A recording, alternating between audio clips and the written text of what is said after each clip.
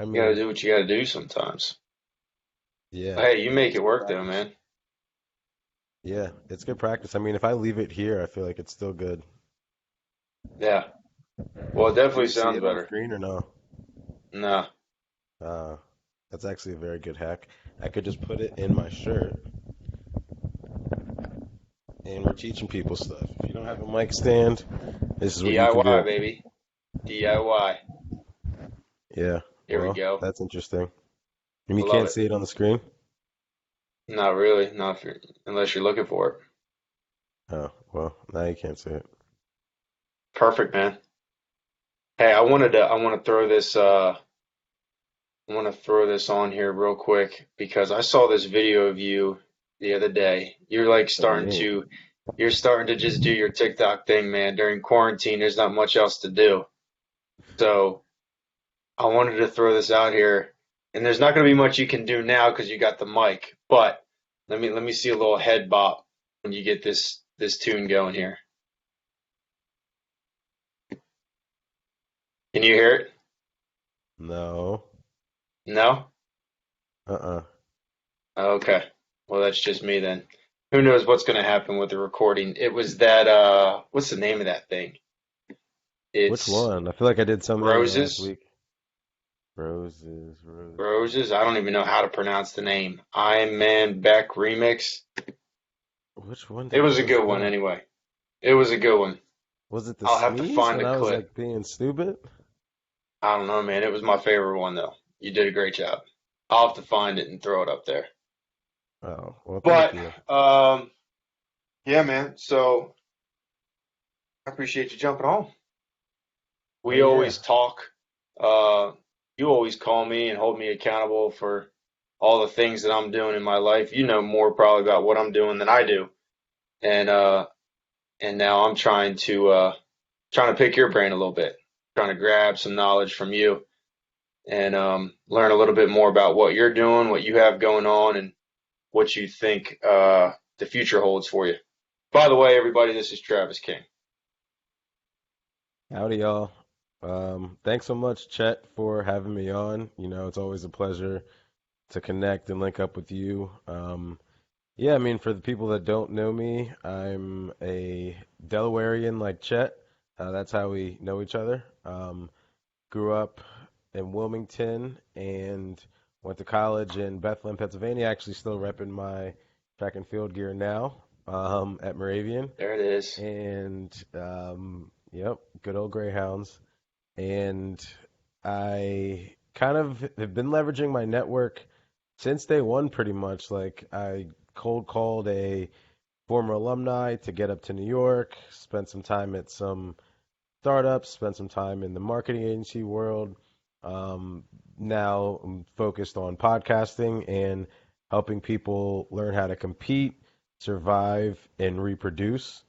So those are kind of like the three pillars that I'm going to be really focused on in the next, quarter to 2 quarters from now.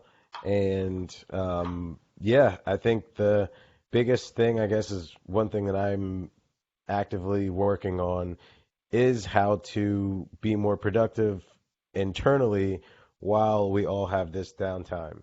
So looking at myself and saying, okay, well, what are my three weakest points? One might be talking too much, not listening, and being an opportunistic listener. Two might be not slowing down and collecting my thoughts. And then three might be realizing that if someone asked me how I did it, not just saying, well, it's the results that got me there and like that's all you should care about, but if they're actually trying to figure out how I solved the problem or what my process was, being able to step back and say, okay, this is a question, this person is just curious, let me give them the answer in a clear, concise way, and let's keep it moving. So I'm just doing a lot of like internal thinking so that way when I do get the projects and the fun stuff in front of me, it's just that much more productive. So yeah, quick Yeah. little intro. No, it's awesome. I love how you have a couple words defined for what you're looking to do in the next few months.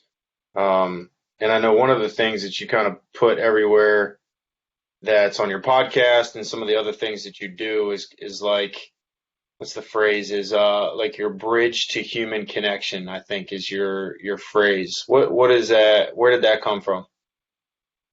Yeah, so I honestly was just trying to figure out like what is it that I'm gifted with. And at the end of the day, it's connecting with humans. Like I think I scored 100 out of 100 on my disc assessment for I think it was something with interaction. Mm, And it was crazy because I'm like, if we were playing Madden right now, I'd literally have a all the way up score in this category. So, realizing that a lot of times the reason that we aren't able to connect with people is because we don't really know what we're looking for to connect with. So, when I realized that it's just the simple, hey, did you know that this community or this interest or these types of people existed? And they're right here.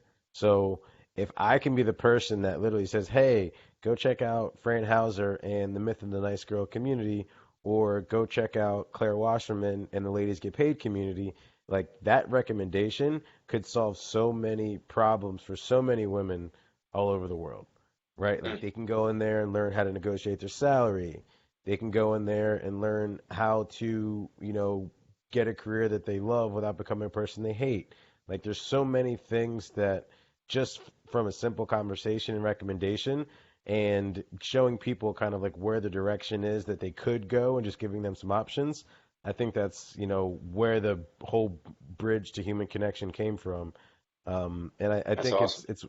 it's one thing I don't even think about. I'm like, oh yeah, that is on my LinkedIn and Yeah, my yeah. YouTube places. So That's thanks for kind of, reminding me. I mean, yeah, dude. I mean, it seems like it's just kind of become a part of you, right? That's just kind of a mentor of mine uses the phrase, "It's what comes out of the middle of you," and that seems what comes out of the middle of you. And it's funny you mentioned the disc assessment, but then also just talking about the phrase, "What comes out of the middle of you" is our buddy Justin Brown, who played college football, played in the NFL.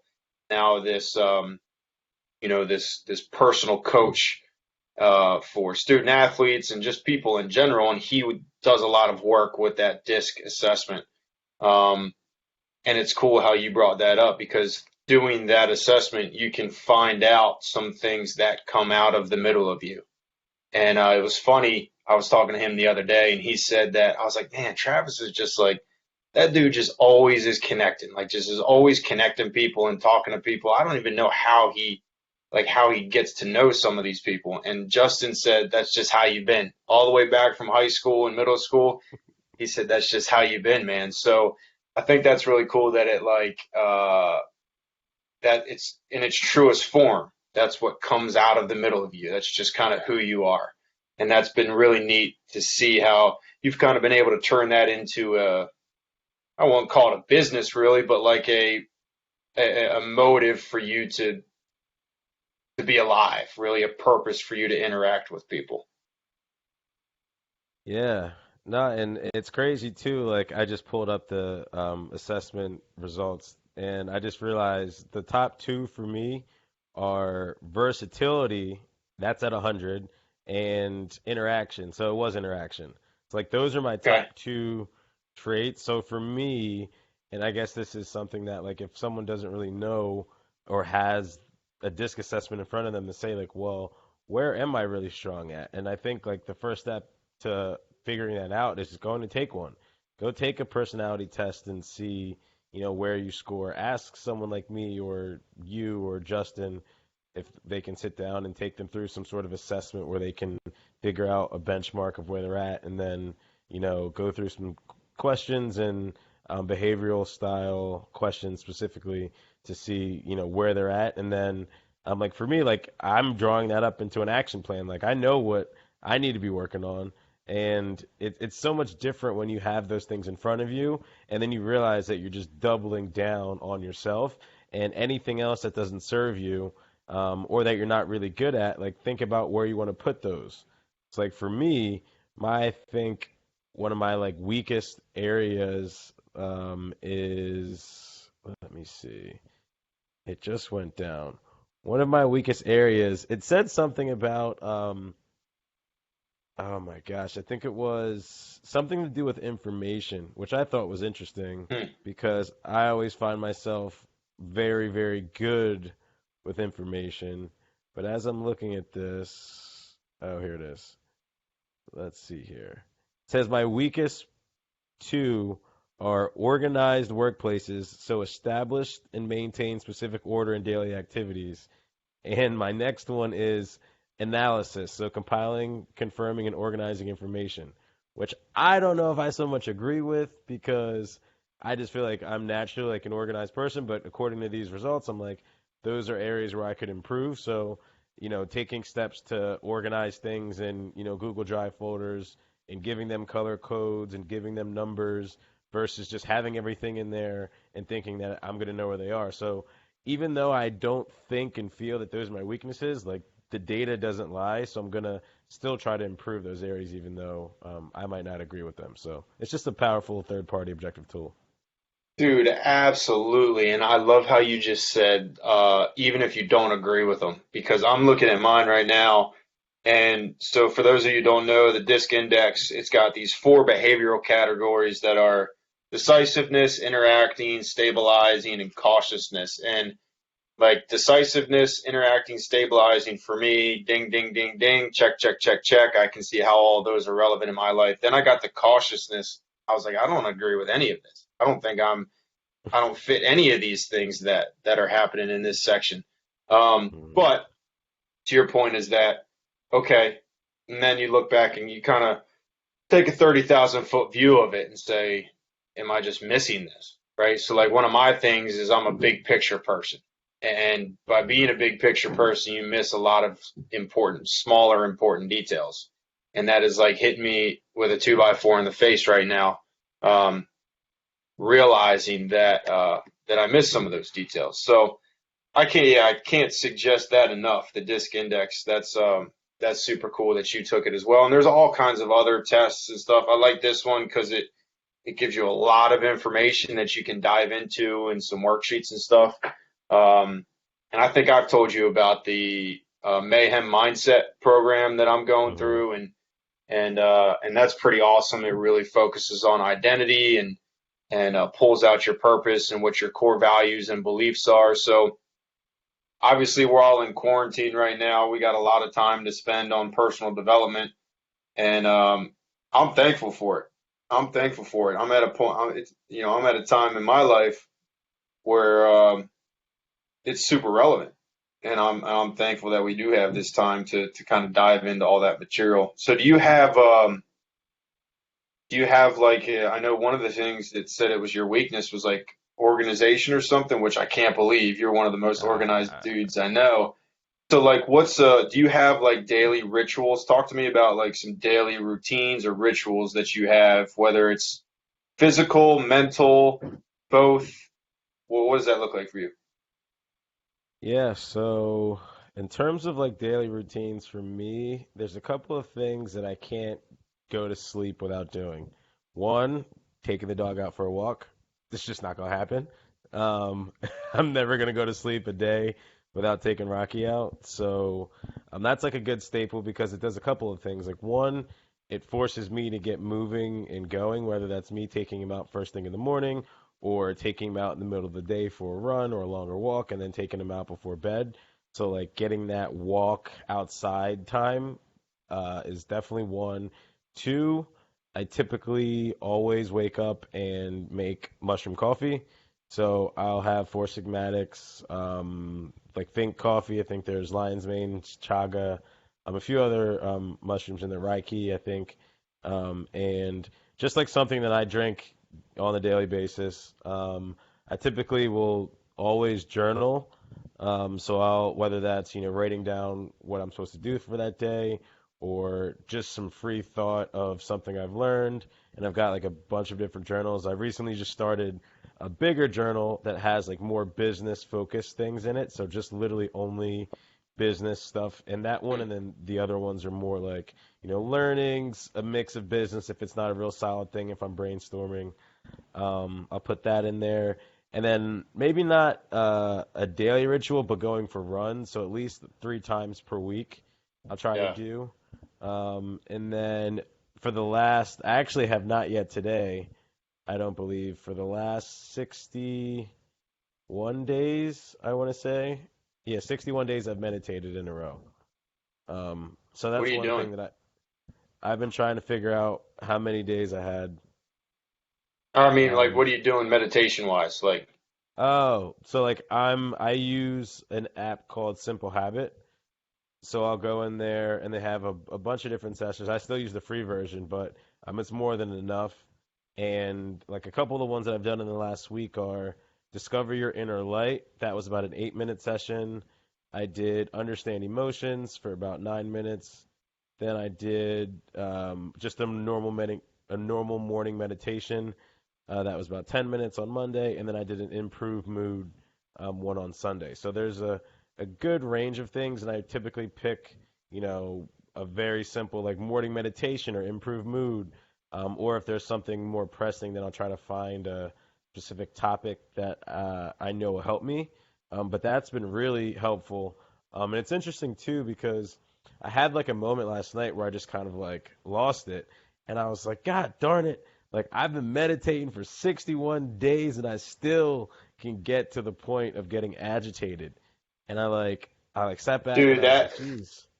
that's crazy because honestly, that was going to be my next question is like, do you ever feel that with all of this, like you're a person that I look up to in the sense of you're always looking to develop, you're always looking to grow. Do you ever feel like you just mentioned you had this, you got out of it, lost control or whatever last night? Do you ever feel pressure like that, like you're doing too much or it's too heavy on you and you just want to break? Do you ever feel like there's some type of weight that's just like, man, I just need to chill for a minute and go have joy and peace? Or maybe this does bring you joy and peace. Yeah, I think for me, as I'm like thinking about it, right? I definitely believe that there is a little bit of unnecessary pressure and it happens way more often than I would think, right? Like I'm literally in every circle or situation I'm in, I'm always the positive, optimistic one who tries to find the good in any situation. You could tell me 100 million people just died, and I'm like, well, it's a fresh start for somebody. Like Right. for me, it's always hard to think or even be around any like negative think at all, because negative emotions are incrementally more impactful on our well-being and Mm, our emotions than we really understand. So, like, if you think out loud or say out loud something negative, it's like 4 to 7 times more effective than something positive being said, right? So, no if you're doubt. not if you're not focused on always being positive, even if it seems somewhat delusional, like you're still shielding yourself from the negative emotions, which will bring you back down to a lower frequency, and then cause you to be in an environment where you potentially could have more outbursts or things go wrong. So Mm, there's a little bit of a weight to like always be positive. However, I will say that it has saved me multiple times in the last 2 or 3 weeks. Like Rocky ripped a hole in my jacket. Like never ripped a hole in my clothes before, and I just put it was I don't know like a decently jacket like a winter jacket, and I just put duct tape over it. I was like, you know what? I was like, let me go buy a new jacket, and I was like, you know yeah. what? It's a jacket. I'm gonna put duct tape over it. It's not gonna be a big deal. I'm not gonna get mad at him. Like he was just trying to play. Whereas I feel like without the meditation, I could have instantly been like, "Are you kidding me? Like I need to go get a new jacket and so many other things." So Right. it definitely has its pros and its cons of being the crazy happy person. But I think when I but and I think it's really important for me to always be that person because I've always been that person. Yeah. And it's true to you. Yeah. And really, well, I like how you say that the positive the positive emotions or positive talk holds a little bit more weight than the negative. But from what I gather, and I think I agree with you, is that it's not the end all be all. Like even positive emotion is not necessarily what we should be living by. Like one of the things I'm learning in the mindset program is that we want to live with emotion, not because of emotion. So like both positive and negative emotion are good at times, but we can't live because of those things. That's not what drives us and holds us steady. Our values and our beliefs hold up, anchor us in adversity and ground us in success. And emotion is what makes us alive. It was what gives life meaning, but it is not where we stand firm, if that makes sense. So I love how positive you say positive emotion holds a little bit more weight than negative, but it is not the end all be all. Yeah. And I think like the other thing to also think about too is like when you're saying like negative thoughts out loud or even inside your own head, that has an impact on you. Yeah, Like even though it doesn't like you can't necessarily feel it, like you can't measure it, like you can measure, ounces of water, but it does something to you in your subconscious mind. So like if you're constantly like negative all the time, like you're just putting yourself in a uninhabitable place that you don't even realize is what's bad for you because you're constantly fueling this like part of your mind with these thoughts. So if you can right. just stay positive and um, also stay realistic too, right? Like I'm not saying anybody like I'm a crazy, unrealistic person where I'm like, all right, well this is reality, right? Like you still have to be grounded a little Yeah. bit. So I definitely think there's just way more weight to positive thinking than there is negative, obviously. No doubt, man. No doubt. So what are you right now we're in like day, I don't know, man, day 20 or something of the quarantine. Hmm. What's other than making some dope TikToks and meditating and doing all the other stuff that you're doing, what's one thing that has changed from normal life to current life for you? What a current life. I want to say one of the biggest adjustments is like finding my zone. Mm, Like when I'm home normally, when things are, happening, it's typically wake up, walk the dog, like I said, have the coffee, and then go to my desk. And like I'm always at my desk, or not my desk, but our desk, like the desk we have in the living room. right, So I typically occupy that for most parts of the day and even sometimes late into the night. And so like switching up, like right now I'm in my bedroom. Like I'm rarely in here. So for people that I guess understand what it's like to find your tight bubbles of 100% focus and like get into those zones to where like nothing else can get in and you like make this environment specifically for you to perform at a high level, then if you don't know how to get back into that, then you're going to be a little bit screwed when it comes to being productive. And I don't think a lot of people really consciously think about like, well, if you wake up every morning and then you go to your couch instead of going on the train and then getting your coffee at Starbucks and then going into your office and then sitting at your desk, like that whole routine has done something to you. And mm, I don't think a lot of people really understand like what that means for finding peak productivity. Because a couple of things on that. Like one, I feel like a lot of people don't really even know what peak productivity is. So being able to say like, well, if I was like only 75% of my potential while I was in the office, like now that I'm home, I might actually only be at 55% because I don't know how to find a rhythm and a routine. And so, like one thing for me is has been trying to really find and grasp that routine really quickly. It's like figuring out like if I take this pillow, which I love and I've had since college, with me into my room, then I lay on the bed and pull out my laptop with my notebook, and then I light the candle, then I put the blinds down a little bit, and like that sets the environment for me, and then I keep Spotify on Alexa, and then I'm pretty good to go. Yeah.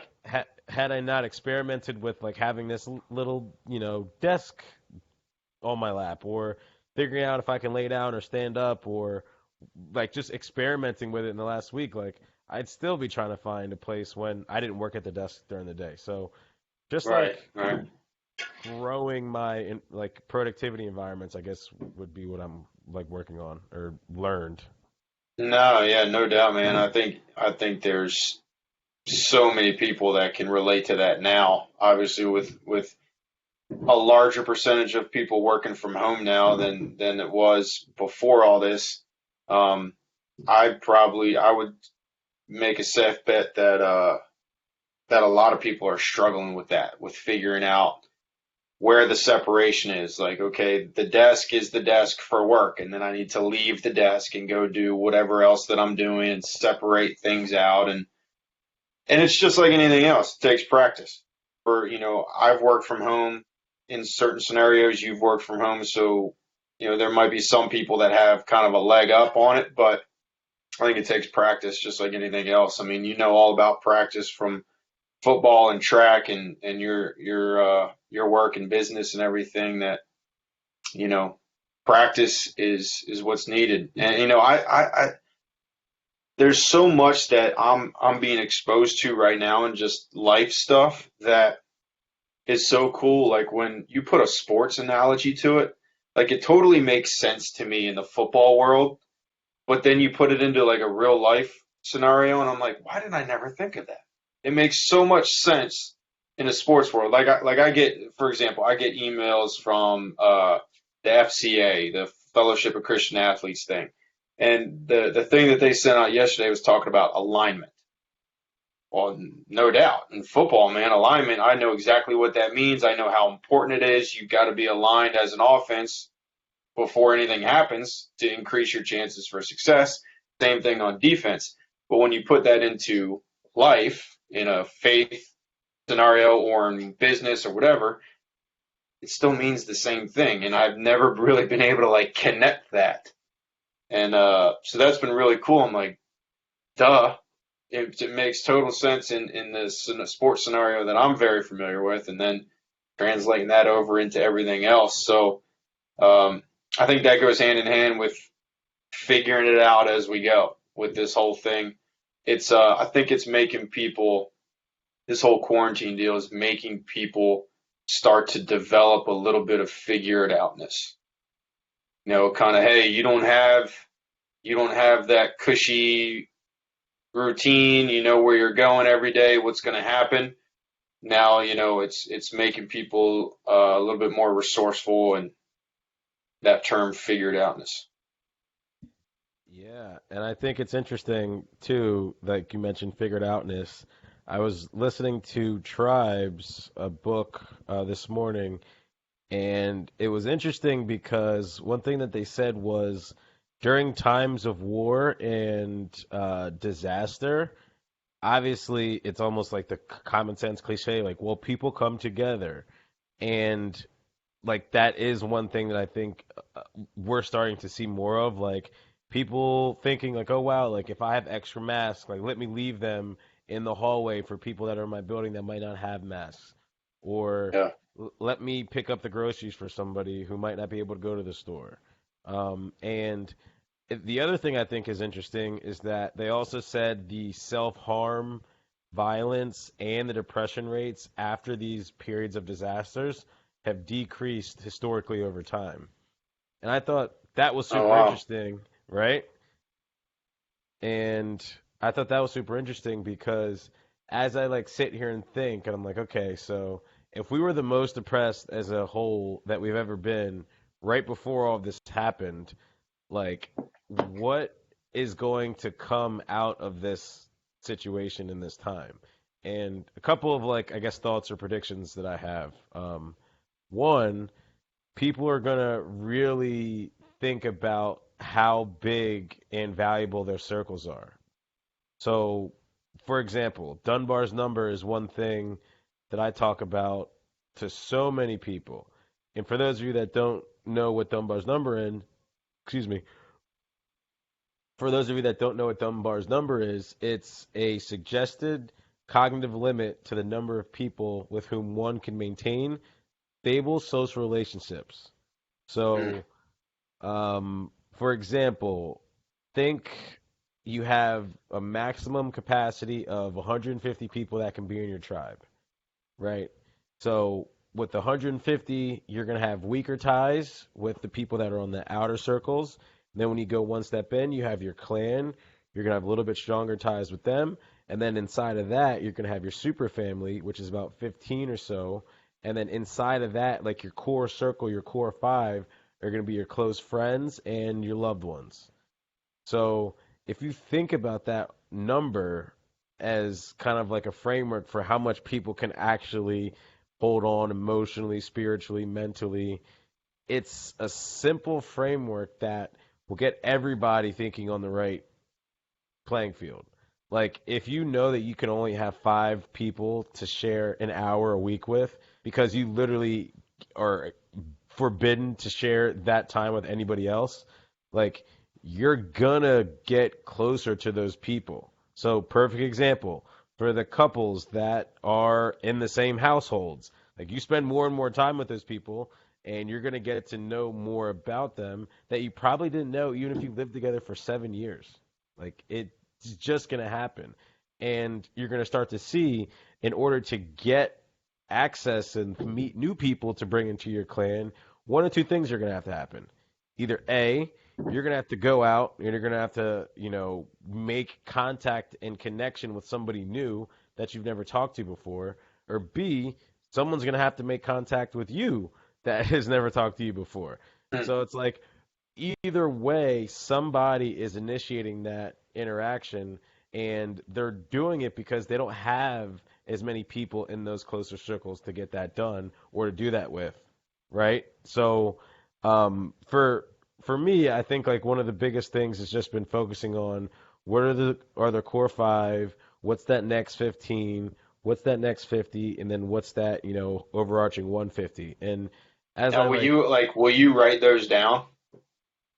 I have not yet. I've definitely been thinking on them more actively, Yeah, but I've definitely written down like names of people, and a lot of the people that I'm like including are the ones that like if I look at my text messages, like who consistently is at the top.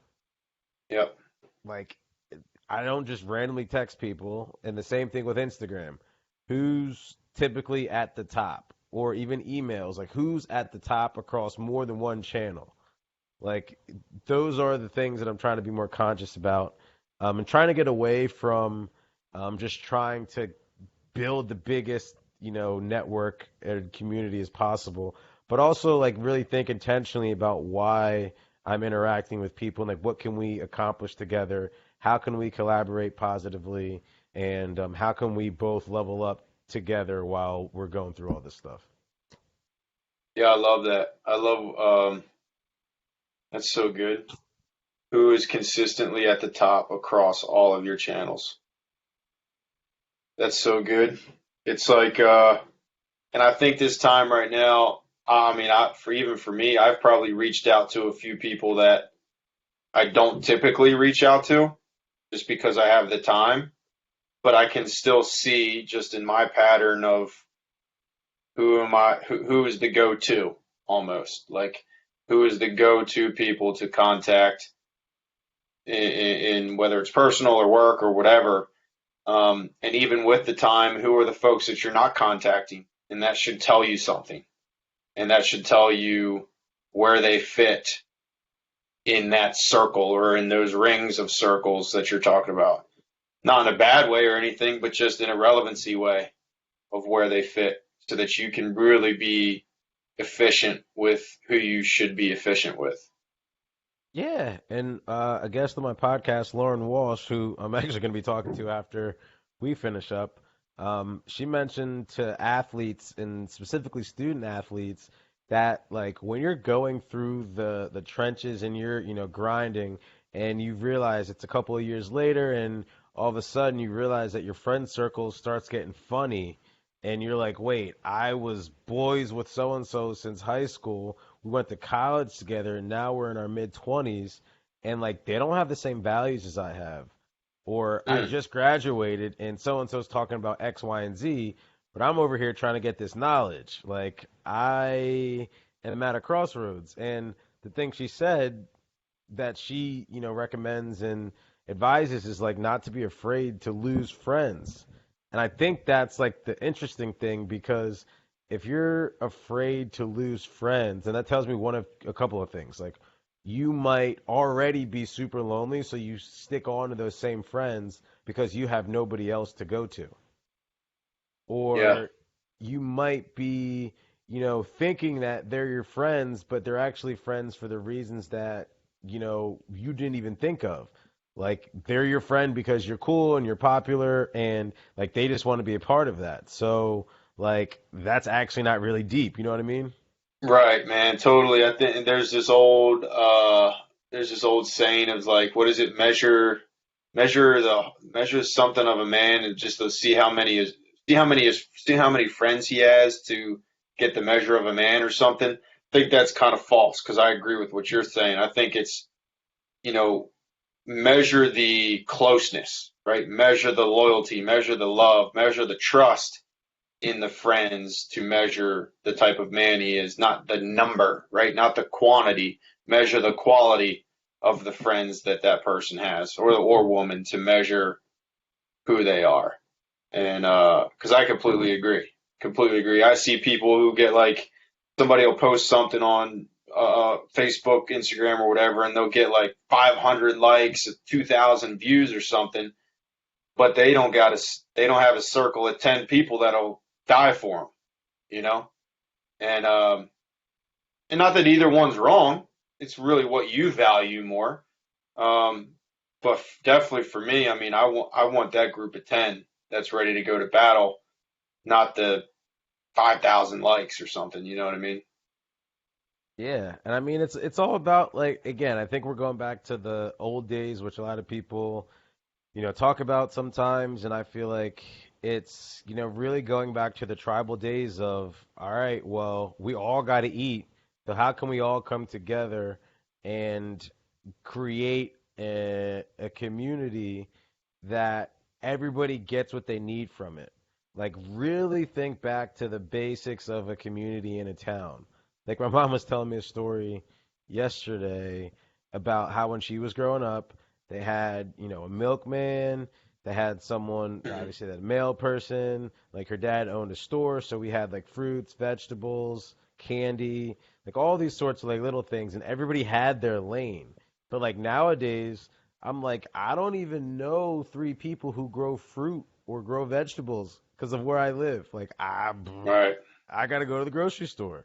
So like really thinking like if there are, I don't know, 600 people that live in my apartment complex, like mine specifically, a tenth of them can be people who make clothes. Another 20% can be people who make food. Another 10% can be entertainers.